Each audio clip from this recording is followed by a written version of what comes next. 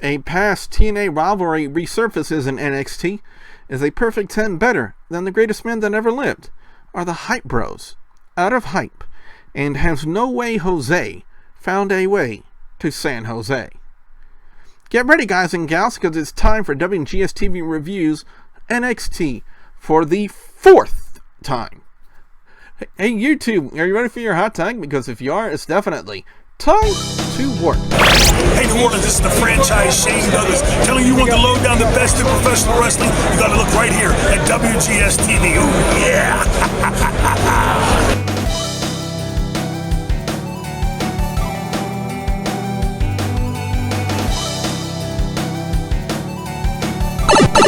Greetings, YouTube. You have worked your way back into another episode of WGS-TV right here on YouTube.com/WrestleGamer. I am your friendly neighborhood WrestleGamer. Let me explain the opening just a little bit before we get into the meat and bones of what we're going to be doing in this video, and that's reviewing NXT for the week of May 4th, 2016. I have tried several times on several different other programs that I have here on my laptop to record this review, and every one of those times has actually come up with a problem, including the software that I'm using now with Bandicam. The first 2 times I actually forgot that I had to take the webcam overlay off of the fucking video, so basically you would be seeing me and then you would see another me in the corner, which kind of looked stupid. So I didn't want that. I didn't want that on the video, so and Bandicam works when it wants to. Even when you hit the damn hotkey button to record, half the time it don't work. Even on a newer laptop like this. Also, I want to apologize for the lack of reviews this week, especially for the Monday Night Raw review. I had a couple of things that I needed to get replaced. If it's right here, I'm trying to think. Yeah, I had to get a new wireless headset, which you'll be seeing me use in the arcade very soon, especially as soon as my next uploads of Ratchet and Clank. So that's another reason why it's taken me so long. I'm using the Blue Snowball microphone from now on when it comes to this. So again, I want to apologize, but I've dilly-dallied long enough. This is the 4th time. It's late at night right here. I'm tired. I just want to get through this review and get it to bed because I am exhausted. So with that being said, guys and gals, I'm going to try to give you my best as we get this review started.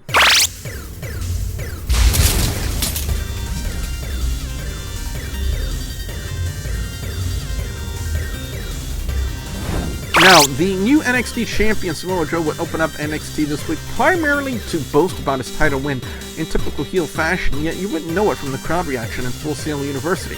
And in surprising fashion, Eric Young, yes, EY, Super Eric, the former TNA World Heavyweight Champion, made his debut in NXT, and the way the promo went, it would appear that NXT Creative is going to play up on the history of Samoa Joe and Eric Young, which isn't a bad thing, by the way.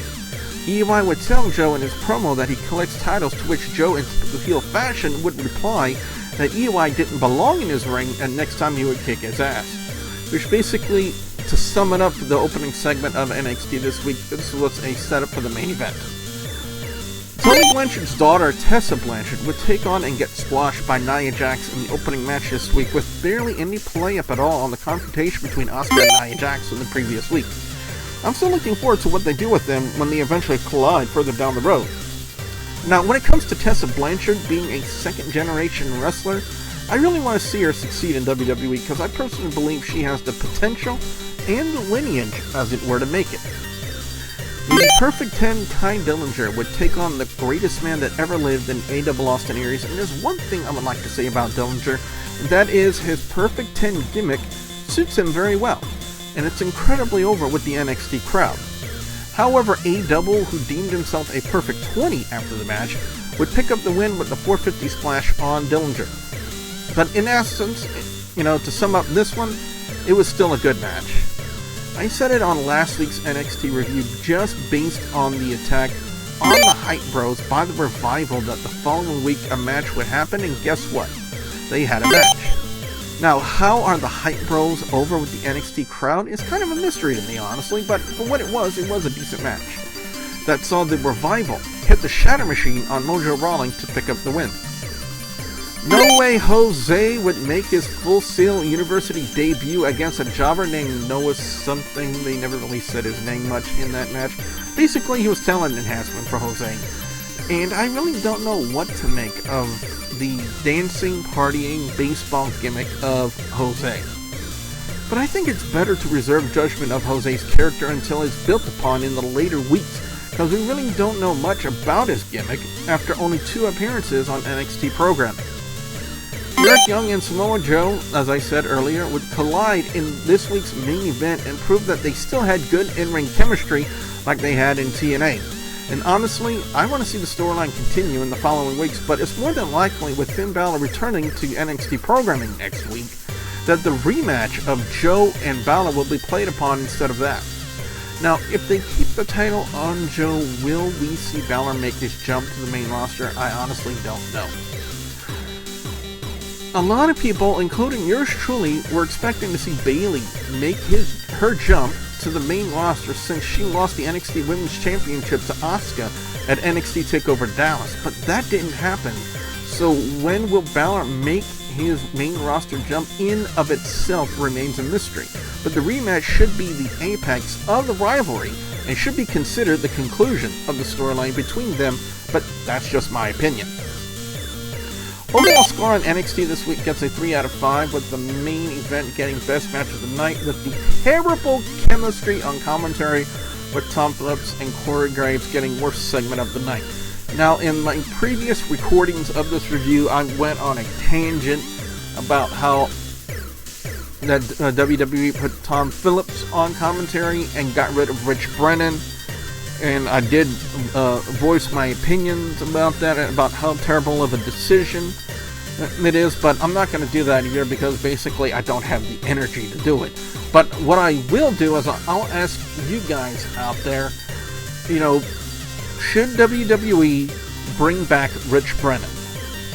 I definitely want to hear what you guys out there have to say, and for those of you who do leave your comments answering this question about Rich Brennan, and should he come back to WWE and basically kick Tom Phillips' ass and get him off commentary, I will read your comments on next week's NXT review. So be sure you put those comments in the comment section below so you guys can get a chance for me to read your comments out loud here on WGS-TV. Don't forget, I'm also on social media, Facebook, Twitter, Instagram. You guys can ask me questions. Links will be provided in the description box below. And as always, guys and gals, I'll have a couple of videos in the annotations at the end of this video for you guys to check out as well. So with that being said, hopefully this review will take.